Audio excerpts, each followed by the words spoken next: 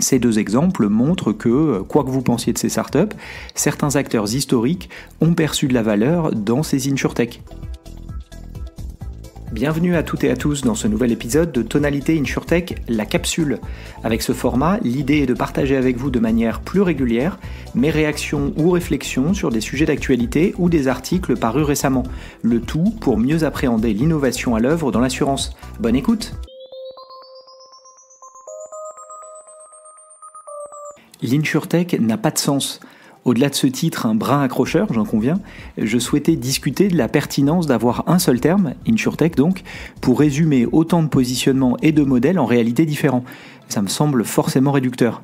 Déjà, on peut distinguer d'un côté les acteurs B2B qui vendent des solutions technologiques aux acteurs de l'assurance et de l'autre des acteurs D2C qui eux se concentrent sur la vente de produits d'assurance. Pour ce qui est des startups fournissant des solutions technologiques aux compagnies d'assurance, c'est-à-dire les acteurs B2B, les fournisseurs de solutions SaaS et les développeurs de solutions d'entreprise, il est largement reconnu que le marché de l'assurance offre de nombreuses opportunités. Et d'ailleurs, plusieurs insurtech ont déjà atteint une échelle significative, sont cotés en bourse, ont réalisé des opérations de LBO ou ont tout simplement atteint la rentabilité. Les enjeux liés au système IT et leur feuille de route pluriannuelle sont connus, de même que le faible niveau de marge de l'industrie, ou encore les enjeux RH pour attirer et retenir les talents, notamment tech. Ce sont autant d'opportunités pour les startups technologiques de fournir des solutions aux acteurs établis. Cependant, on peut se demander évidemment si le nombre de défis dans l'industrie de l'assurance est aussi important que cela quand on voit l'abondance des acteurs insurtech B2B qui se concentrent sur leur résolution justement. L'autre partie du marché concerne donc les startups qui vendent des produits d'assurance. Ce sont les acteurs D2C qu'ils vendent d'ailleurs aux particuliers ou aux entreprises. Et au passage, cela met en évidence une autre couche de granularité relative au segment de clients adressé par la startup. Et au-delà de ce segment de clientèle, différentes configurations opérationnelles existent également. Prenons par exemple Lemonade et Luco. Les deux ont commencé sur la même cible, l'assurance habitation pour particuliers. Mais Lemonade opère en tant qu'assureur full stack, ce qui signifie qu'elle dispose d'un agrément d'assurance et porte ses propres polices. Tandis que Luco a commencé en tant que courtier, c'est-à-dire qu'elle vend des polices portées par d'autres assureurs. Il existe également une configuration intermédiaire, je simplifie un peu, les MGA, Managing General Agent. La distinction est importante entre full stack et courtier. En effet, les revenus d'un acteur full stack proviennent directement des primes des polices qu'ils vendent. On parle de GWP en anglais. En revanche, pour les courtiers, ces mêmes GWP sont plutôt à comparer au GMV, au volume d'affaires dans le e-commerce. Ainsi, le chiffre d'affaires de ces courtiers n'est qu'une fraction de ces primes. Cette différence a évidemment un impact considérable sur leur modèle financier. Vous aurez noté que j'ai choisi des exemples sur la partie distribution de la chaîne de valeur. C'est un choix délibéré car les 2/3 de toutes les startups créées dans l'insurtech européenne au cours de la dernière décennie se sont concentrées sur cette section. Mais encore une fois, cela englobe une large gamme de positionnements sur le marché. En effet, la première vague impliquait principalement de la distribution en ligne, généralement via un site internet ou parfois une application mobile, s'adressant dans tous les cas aux clients finaux. La deuxième vague a introduit des solutions SaaS pour les distributeurs existants, c'est-à-dire les courtiers et les agents. Enfin, et plus récemment, les startups ont utilisé la technologie pour permettre à des acteurs tierces, tels que les sites de e-commerce ou les plateformes, de devenir eux-mêmes des distributeurs d'assurance en intégrant des produits d'assurance dans leur parcours de clients existants.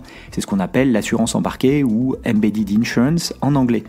Bien que les insurtech les plus visibles, au sens où ce sont elles qui ont annoncé les levées de fonds les plus importantes, étaient souvent des acteurs D2C, la diversité que je viens de détailler concernant ces mêmes acteurs D2C empêche à mon sens toute généralisation des résultats de certains acteurs à toute la catégorie.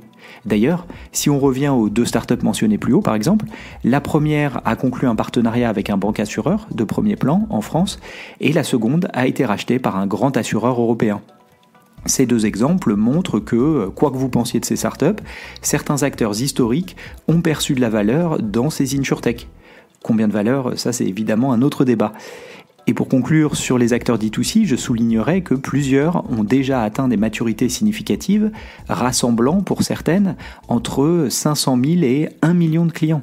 Évidemment, ces chiffres peuvent sembler modestes par rapport à certains géants de l'assurance, mais il est important de se rappeler que la plupart de ces startups ont moins de 10 ans. Du coup, il me semble plus pertinent de comparer ces chiffres au flux de nouveaux clients chez les acteurs historiques. Et les startups n'ont pas à rougir, elles font jeu égal avec certains assureurs traditionnels de ce point de vue. Pour finir, je souhaitais revenir sur les produits d'assurance eux-mêmes, car là encore, il y a une grande diversité. Certains produits, comme l'assurance habitation, automobile ou santé, sont souvent obligatoires, tandis que d'autres, comme l'assurance pour chien-chat, vélo, ne le sont pas. Là encore, cette diversité offre différentes opportunités pour les startups d'innover dans la chaîne de valeur. La technologie et les données peuvent apporter de la valeur, par exemple en facilitant, en améliorant l'évaluation des risques ou en améliorant l'efficacité de la distribution ou l'efficacité opérationnelle. Les assureurs établis couvrent historiquement les risques que je qualifierais de traditionnels, notamment en exploitant des données historiques dont ils disposent en masse. C'est un avantage concurrentiel certain. Mais de nouveaux risques émergent, comme les dommages liés au changement climatique, liés au passage aux véhicules électriques, liés à l'émergence des actifs numériques ou à l'explosion de la menace cyber. Et ce paysage en mouvement crée évidemment des opportunités spécifiques pour les startups d'utiliser la technologie et des nouvelles sources de données pour créer des solutions à valeur ajoutée avec ou pour les acteurs historiques de l'assurance. En tout cas, si dans le contexte actuel où les financements sont en baisse dans tous les secteurs, y compris l'InsurTech, s'il est tentant donc de clamer que, je cite, l'InsurTech ne fonctionne pas, comme on l'entend parfois de la part d'acteurs historiques, au lieu de cela, je reformulerai un récent article du Wall Street Journal qui était intitulé « Les investisseurs doivent accepter que l'assurance est ennuyeuse ». Je reformulerai donc ce titre de la manière suivante « Les investisseurs doivent accepter que l'InsurTech est un secteur varié ». Et pour moi, la question quand on s'intéresse à une start-up en lien avec l'assurance devrait être la suivante. Quelle valeur la start-up ajoute à l'industrie de l'assurance ? C'est la fin de cet épisode, merci pour votre écoute. Si le contenu vous a plu, n'hésitez pas à le partager autour de vous, auprès de vos collègues. Puis ravi d'échanger ensemble, vous pouvez facilement me retrouver sur les réseaux sociaux, Twitter, LinkedIn. Et évidemment, je vous donne rendez-vous pour le prochain numéro de Tonalité InsurTech. À bientôt.